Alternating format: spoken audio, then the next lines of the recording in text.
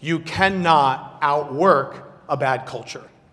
You just can't, you know. And I know that we like to work around things. Oh, we have to hang on to this person, or we have to hang on to this team for a certain period of time. We know that we have to, at some point, clean up the water and make sure that the organization, the fishbowl that we are operating in, is a healthy environment. And so not only today are you going to learn about what your fishbowl is all about, you are going to learn what type of fish you are. Okay? And so we have two types of fish. I will describe both types to you. You let me know which one you think you are, and then we're gonna have a little exercise between the two. Okay. So the muddy fish, these are the fish that love to be in dirty water.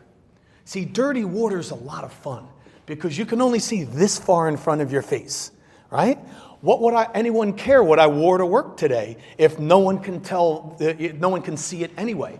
What does it matter what I tell Wayne over here and then I go over here and tell Sharon, because they're never going to meet because it's muddy. I can work all the angles of every corner of the building. You guys have those employees, right, that work the water cooler. They're your muddy fish, right? They can say whatever they want over here because no one there going to meet them on the other side.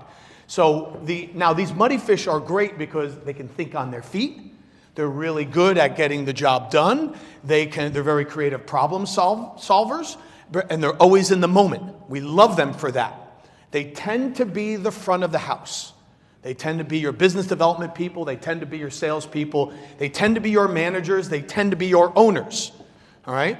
You are faster paced and outgoing. You are goal driven. You are impatient. You like getting things done, right? You don't want to hear about the process. That's boring. Honey, don't tell me about the pregnancy. Just show me the baby. Okay? You are often wrong, but you're never in doubt. Let me try that again. The muddy fish didn't think that was funny. Clean fish, you can laugh at this, okay? They are often wrong, but they are never in doubt. Okay? So, and I'm going to give you a few more clues if you're still not sure which one you are. And by the way, just for fun, I'll point it out later, is you actually wear a certain type of clothing and you are attracted to certain colors. So I haven't met you all yet, but I can tell where this room is going to split up. I can see it already based on how you guys dress. So there's certain patterns that you'll follow. But what's most important to understand is, first off, we need muddy fish in our business. Interestingly enough, we don't need as many muddy fish as we do clean fish. Like for every muddy fish, you need like a lot of clean fish, right? And I think you all know why, right?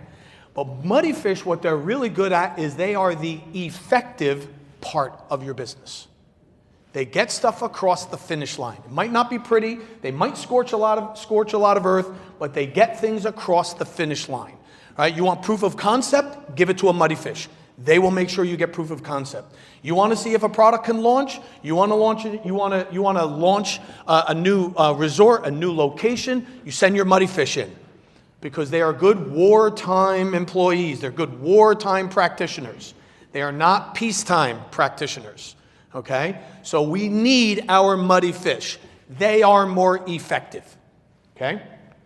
Now, we have our clean fish. Clean fish, we love our clean fish.